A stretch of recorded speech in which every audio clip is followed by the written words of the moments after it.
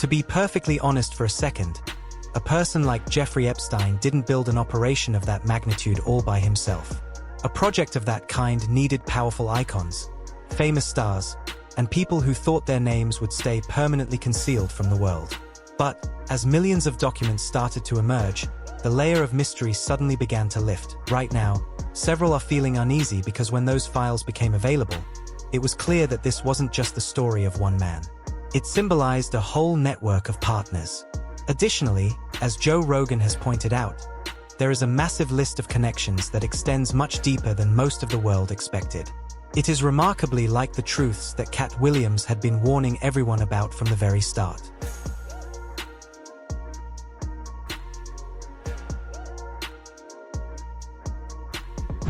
Like characters have existed throughout history, whether they were kings or what, human beings are human beings universally. So everybody is a supplier. Epstein, Weinstein, like these guys knew what these extremists liked and provided it, and provided the way for you to to have $1 billion and not create a fantasy island type environment. To start, many of the names did not shock anyone. Prominent figures like Elon Musk, Bill Clinton, and Donald Trump showed up in discussions about the papers. The world expected that. But later names started to come out. People nobody ever guessed, like David Copperfield. Yes, a magician. Not a politician or a billionaire, but a world-famous illusionist. While that might first seem random, the deeper you look, the stranger it gets. In 2007, Copperfield dealt with accusations in a serious legal case involving a woman who said he invited her to his private island, promising to help her career, before things got much worse. That matter was investigated for many years and was eventually dropped. Copperfield insisted the claims were false and even argued he was the true victim.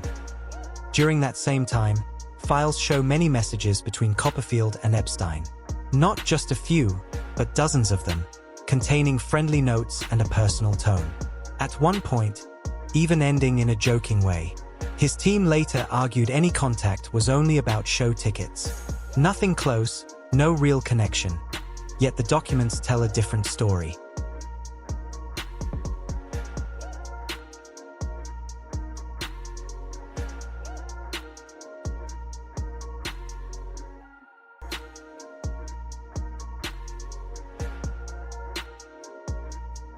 Going through the Epstein files in October of 2007, I found this email chain. We don't know who wrote it, we don't know who it's to, but the subject says Special Master Selection of Attorney Representative. Hi blank, has the Special Master made his selection yet? Several of the girls are getting calls from their attorneys and they have been seeing all the news and are concerned. If the selection has not yet been made, may I call Judge Davis and ask the status of the decision? Thank you. Blank has not been contacted yet. Will you contact him or do you want me to do it? I'll contact him, but before I do, we'll chat. Jay was supposed to send me his comments to our proposed letters, but haven't gotten them yet. Referring to Jay Lefkowitz, who was Epstein's main attorney in the 2007 deal, and also used to work at Kirkland and Ellis with Acosta. Oh, and Bill Barr. All right, now here's where it gets weird though. FYI, the story of the lawsuit filed by the girls in New York has made the national news. It was on Fox several times today, and it is on ABC News website. I think that may be the real reason for the delay in the change of plea. Epstein's group is concerned that the guilty plea will be used against him in the civil suit, and they want to knock that lawsuit out before the guilty plea to deter others. One of the reporters also reported that Epstein's camp had planted the false stories about girls who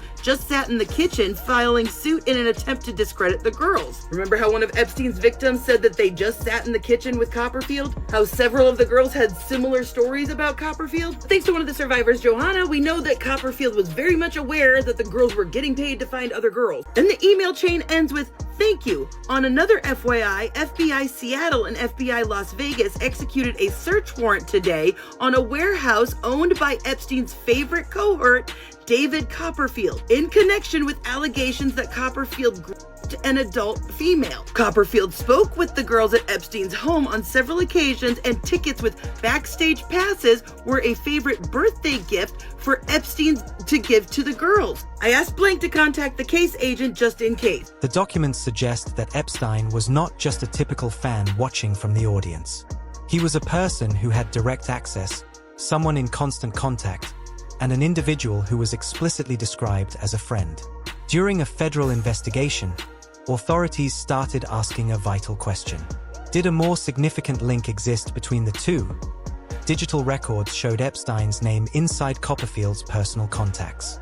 Additionally, there were papers showing free tickets given to Epstein and his guests.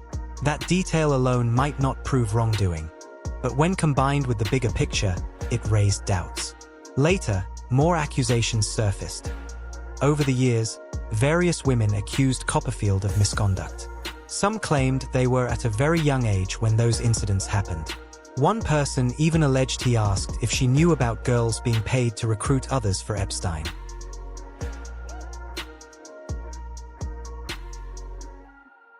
15 women have accused David Copperfield of assault, ranging from the late 1980s to 2014, including 3 women who said that he drugged them. And I certainly didn't know this, but did you know that David Copperfield owns 11 islands in the Bahamas? And he creepily claims that maybe the islands contain the Fountain of Youth. Now, one of the most famous episodes of South Park is the Super Adventure Club one, aka the episode where Chef dies. Now, everybody always said that it was a parallel to Scientology because that's why Isaac Hayes quit the show. And no, the Super Adventure Club that they mention in that episode is not real, or were the creators of South Park trying to tell us something? But this episode came out the same year that Copperfield made the Fountain of Youth claim. There was also this incident in 1999 where Copperfield had millions of dollars worth of equipment stolen from him, essentially from Russia. Russian promoters he had used for this claim he owed them money. Copperfield had to use the CIA and KGB insiders to get his stuff back. And even though they only wanted $250,000, he ended up having to spend over $500,000 to get his stuff back. And then he tried to sue his insurer for not covering the cost. Now, in 2007, he was accused of SA by a woman named Lacey Carroll. That case was closed, however, in 2010 when a federal grand jury decided not to bring charges against him. If those assertions are correct,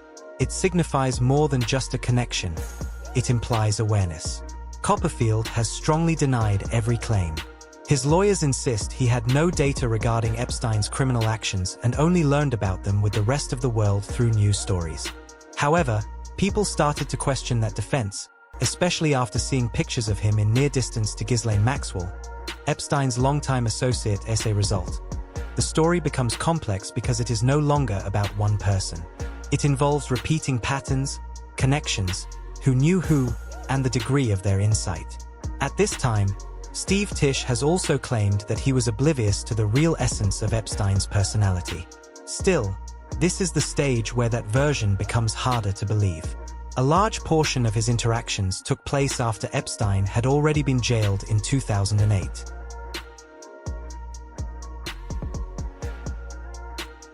Since the latest release of Epstein files that implicates more names than I can even remember. I don't think I've seen the full list, and there have been some reports on sports world figures who have been tied to Jeffrey Epstein. And the biggest name, Steve Tisch, the Giants co-owner, film producer. Emails emerged a couple of weeks ago. The league dealt with it as best they could, or at least in the way that they wanted to, which I think consists of saying as little as possible, doing as little as possible, and waiting for the storm to blow over. And I think they thought maybe it had. There was reporting yesterday from the Wall Street Journal and The Athletic with more of the details about the communications. And even though Steve Tisch's statement that he issued 2 Fridays ago said he had a brief association with Jeffrey Epstein, the emails suggest it was anything but brief, and the emails were exchanged, and the relationship started after he had already served 13 months work release, registered as the highest level of sex offender, had been sued by multiple victims of his various proclivities. And I just think it's going to be harder and harder. I know that the vibe from those who were tied to Epstein, I think they think it's like other things where if you just stay quiet long enough, we will all move on to something else. People aren't moving on from this. That's right. And I don't think the NFL's strategy of keep your head low and mouth shut is going to work here. Yeah, I think you're right, Mike. And it's clear from looking at those emails and just reading about it that the portrait that Tish tried to paint is not accurate. Like, if he said it was a brief association, let's take him at his word that it was a brief association. Well, in that association, there was enough that happened there. There was enough, problematic behavior from Epstein and from Tish, allegedly, that makes you pause and makes you say, this is not what you want from an NFL co-owner. As a result, people are asking how one keeps in contact with a person after such incidents without questioning. Still, it is essential to say this clearly. Not every name in those files suggests a crime. Some people showed up in the news because of what looks like a mistake more than anything else. However, with certain names, it is very obvious they had some kind of arrangement with Epstein, because when you look at Woody Allen, the case feels different.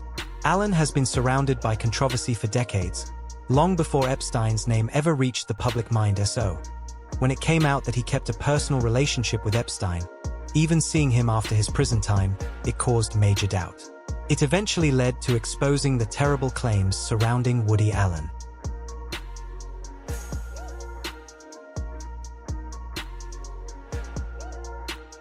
1992, Woody Allen was in a relationship with Mia Farrow. But before Mia Farrow ended up getting with Woody Allen, she was in a previous marriage with her ex-husband, and she already had adopted children, one of them being Soon Yi, who would later go on to marry Woody Allen. And when Woody Allen first came in the picture and started dating Mia Farrow, Soon Yi was 10 years old. And during Mia's relationship with Woody Allen, she would adopt more children, one of them being Dylan Farrow. Then in 1992, after 12 years of being together, Woody Allen and Mia Farrow would separate, and they were involved in a very nasty custody battle over the children that they shared. During this breakup and this custody battle, Mia Farrow alleged that Woody Allen was inappropriately touching their daughter, Dylan Farrow. When these allegations came out, it's important to note that Mia Farrow did end up winning this custody case, and Woody Allen had to have supervised visits with the children because of these allegations. But the judge did state there wasn't enough there to basically get any criminal charges against Woody Allen to prove it beyond a reasonable doubt. Now, what makes this story even crazier is during all of these allegations coming out, Mia Farrow also alleged that she saw inappropriate photos of her adopted daughter, Soon Yi, in Woody Allen's apartment. And it is important to note, during this custody battle, Soon Yi was now in her early 20s. And soon after this, Soon Yi and Woody Allen would start their relationship in 1991. They basically didn't deny this at all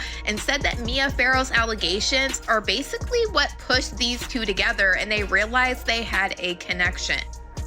For years, Dylan Farrow has also alleged that the accusations that came out about Woody Allen doing this to her when she was a child are true. She claims that these allegations are things that happened to her. And she has been very vocal about her allegations. In 2018 through 2020, you would have seen her on Drew Barrymore. You would have seen her on different news stations and everything talking about her allegations against Woody Allen. See, in the new Epstein file drop, we find out that Soon Yi was actually communicating with Jeffrey Epstein, basically getting PR tips when she finally broke her silence to talk about the allegations coming from Dylan Farrow about Woody Allen. In addition, what really shocked the world was just how indifferent Woody seemed concerning the charges.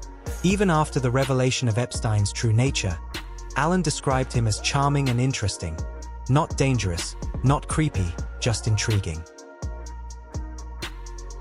I just don't understand why you would go to such a person's house, given how strenuously you've always denied, accusations against you. Why would you do this? And he said, that Jeffrey Epstein had said to him it had been an unfair accusation. He'd been framed, that this girl's boyfriend had tried to extort him, and he refused, tried to extort Epstein, and Epstein refused, and as a result, he went to prison. But the truth is, he couldn't really explain it. He just said there were interesting people there and I wanted to go. From his viewpoint, it almost seemed like Epstein was a character in a story instead of a real criminal. That is exactly what made people feel uncomfortable because it shows a repeating pattern. Epstein surrounded himself with partners who either didn't ask questions or had no interest in doing so. That same cycle appears again in the instance of Brett Ratner. What is your response to that picture? And what is your response to the wider scandal of the Epstein files? Oh, well, that picture in particular happened around 20 years ago. I don't know, 19, 20 to 21 years ago, because that is a photograph of my fiance who invited me to this event, and that's where the picture was taken. I was never been in contact with Jeffrey Epstein before that photo, and I was never in contact with him after. So that's a picture of me and my fiance at some event. Wow. So who was the fiance, if you don't mind me asking?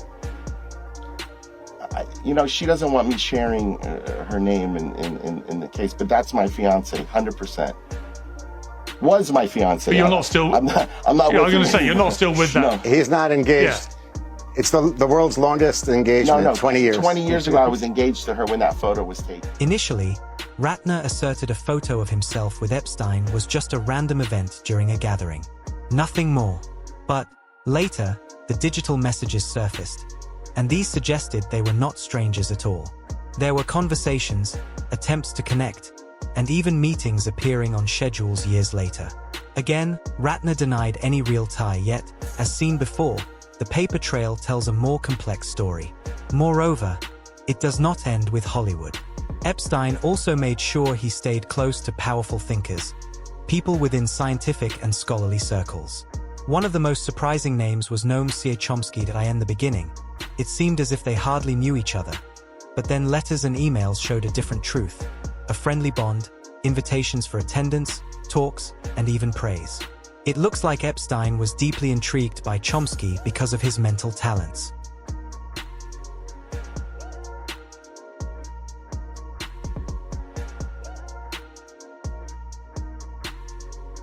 What's your take on Noam Chomsky's ties to Epstein, given his history? I wrote a whole article about his history at MIT.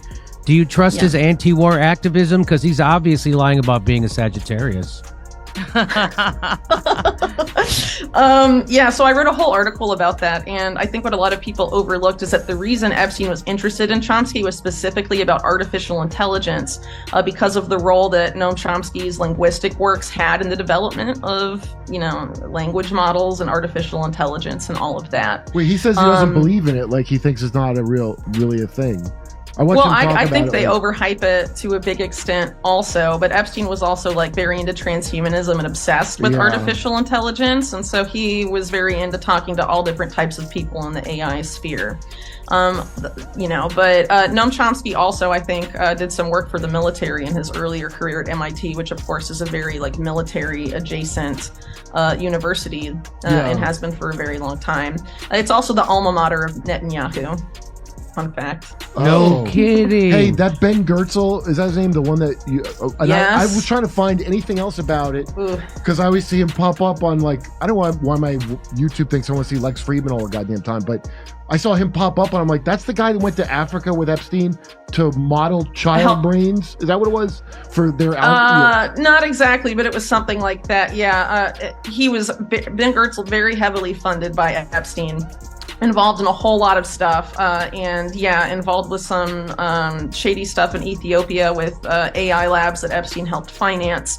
And I can't remember if it's Goertzel directly or a person he's partnered with, Charles Hoskinson, who's involved in this weird sort of data harvesting program from Ethiopians. Chomsky later stated that there was not a full understanding of Epstein's real character during that time, claiming he was shown as a person supporting scientific growth and important ideas.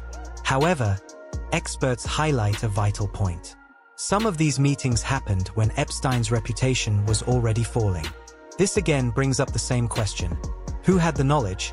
That question brings everything back to the things people like Joe Rogan have been suggesting and what Katt Williams was warning about from the start. This was not just the secret of one person. It represented a group. Moreover, this group often communicated using its own secret language, some of which we might finally be beginning to decode. During a part of the Joe Rogan Experience, filmmaker Roger Avery joined Joe Rogan and started discussing a concept that many have been quietly considering.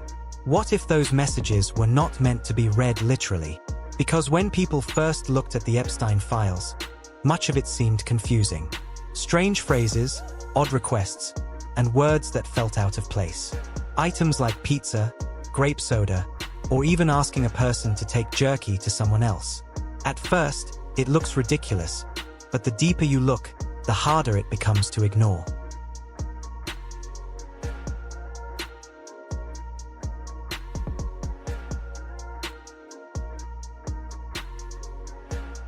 See, the thing about the emails is, one of the things is it's just stuff written down. And so that's sort of hard to digest. Like, what is this? Like, what are they saying? Like, some of it is in code, like walking over beef jerky, like talking about jerky. Could you walk beef jerky over to this person? Like, what does that mean? For all this pizza they're talking about, Right. You never see any pizza. Right. Yeah. They're ordering pizza. I'm gonna get some grape soda. It's like with my cheese pizza. Yeah. And like there's all this coded language and everyone's like, oh, that's you just have pareola. You're just seeing things where you want to see them. No, there's clearly a code. Well, that was the thing about it's Pizzagate. absolutely a code. And in fact, mundus vult decipi, ergo decipiatur. It's a long known concept. And so in Latin, mundus vult decipi means the world wants to be deceived. Ergo decipiatur. Therefore, it is. We want to be deceived.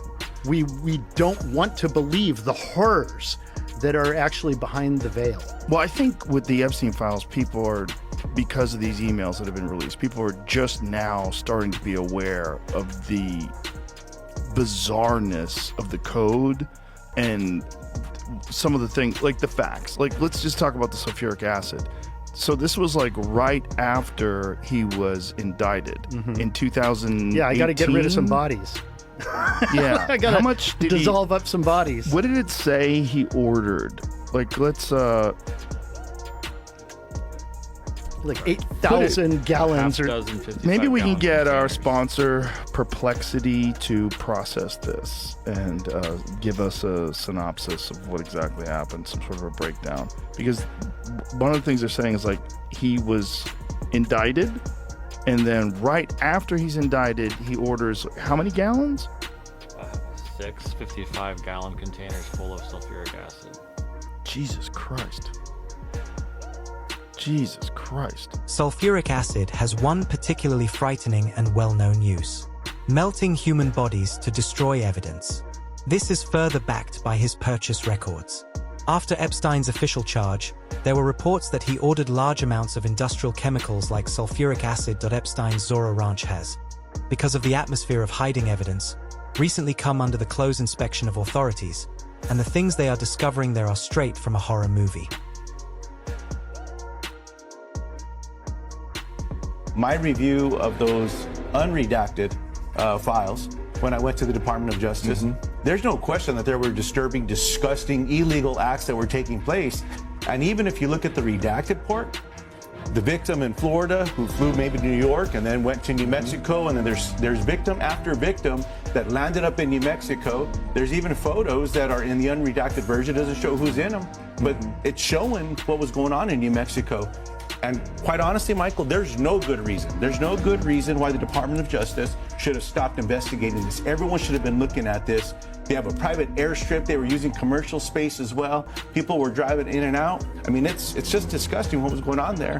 And the fact that someone decided to pull back to protect some people is what I'm guessing. There's a question that I have about who was covering up for whom and who got the benefit here. But it's just disgusting. Well, and you also start to see how there was a patchwork happening here that made it very difficult for these survivors to actually find justice. For one thing, New Mexico simply had at the time different laws on the books that changed statute of limitations. In addition to that, the investigation doesn't open in New Mexico until 2019, after the statutes of limitations had expired for some crimes. That investigation was shut down at the urging of federal authorities in New York, who were building their own multi-state case, but left the ranch largely unexamined. The deeds this person is said to have performed are nothing short of evil. Our only hope now is that everyone linked to him is held legally accountable. Do you think we will ever see any major figures being charged for this? Post your opinions in the comments below.